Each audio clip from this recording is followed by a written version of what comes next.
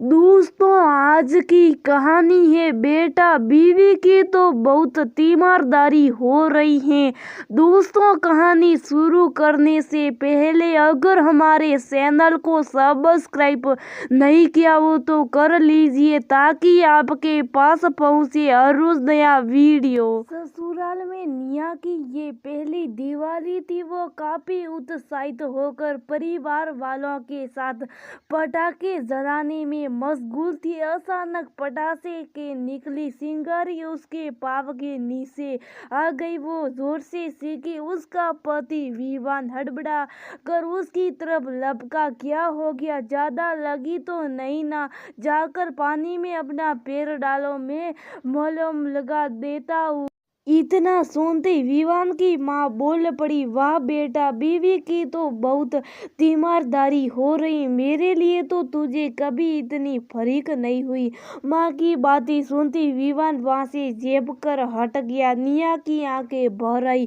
मैं तुम्हारी पत्नी हूँ, मेरा ध्यान तुम नहीं रखोगे तो कौन रखेगा? कमरे में निया ने रुद्धे गले से विवान से कहा, इतनी छोटी छोटी बातों को दिल पर मत लिया करो। जरा सी लगी तो तुम्हें इतना इशू क्यों बना रही हो?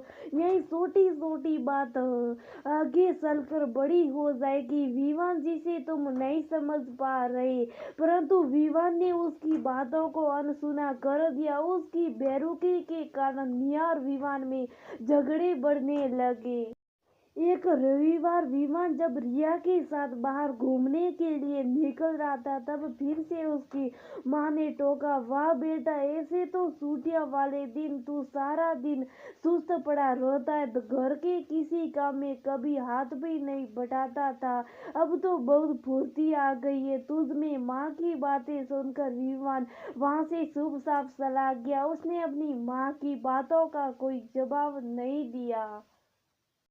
इन्हीं सब बातों से परेशान होकर निया थोड़ी शुभ शुभ सी रहने लगी थी। विवान की शादी के बाद उसकी बहन रीसा पहली बार अपनी मायके आई हुई थी। उसने अपनी भाभी को इतना शुभ साफ देखकर अपनी माँ से पूछा, माँ, भाभी इतनी बूझी बूझी सी क्यों लग रही है? शादी के वक्त तो वह काफी खुश लग रही थी, अब ऐसा क्या हो गया? भाई भाभी के बीच कोई दिक्कत तो नहीं ना? कितने अनगिनत सवाल रीसा ने माँ से पूछ डाले। इतना ख्याल तो रखता है विवान तेरी भाभी का, फिर भी ना जाने क्यों दोनों हमेशा झगड़ते रहते। हमारे जैसे विवान इन्हें मिलने लगी तो जाने इनका क्या हाल हो।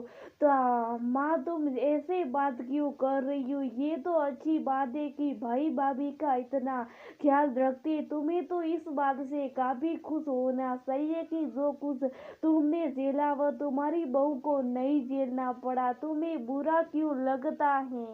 माँ, रीसा ने अपनी माँ को टोकते हुए कहा, ये क्या कर रही है तुम? मुझे क्यों बुरा लगने लगा?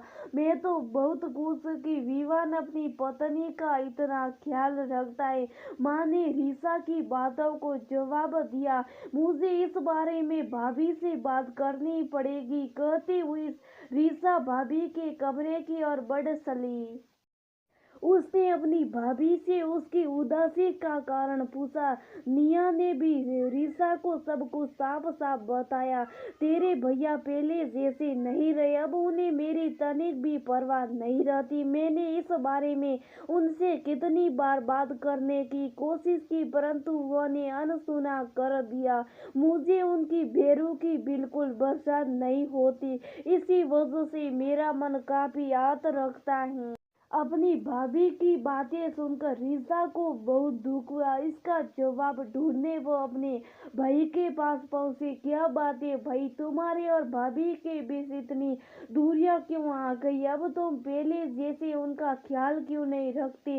अरे, तुम्हारी भाभी बहुत नाजुक है, उसे हर छोटी बड़ी बात ना जाने क्यों इतनी बुरी लग जाती है। छोटी छोटी बातों को दिल से लगा कर रखेगी तब वह कैसे खुश रह पाएगी।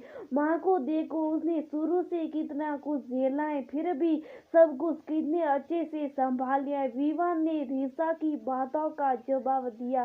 भाभी की तुलना माँ से करने की क्या क्या मतलब है भैया। माँ को हम माँ की हैसियत से जानते, उनकी खामियां तकलीफ के बारे में पापा बेहतर जानते होंगे। भाभी तुम्हारी पत्नी है, उसकी हर सुख दुख तकलीफ का ख्याल तुम्हें रखना होगा जिस तरह वो तुम्हारा ध्यान रखती है।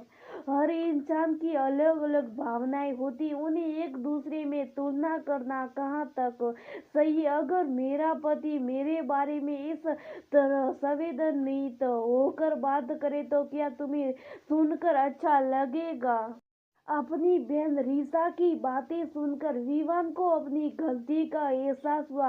उसने निशा के पास जाकर उसकी आंखों में झांकते हुए कहा, सॉरी निया, मैं आगे से तुम्हें शिकायत का कोई मौका नहीं दूंगा। अब तो मुस्कुरा दो मेरी जान। काफी समय के बाद निया अपने लिए विवान की आंखों इतना प्यार देख उसे अलपलक निहार रही थी।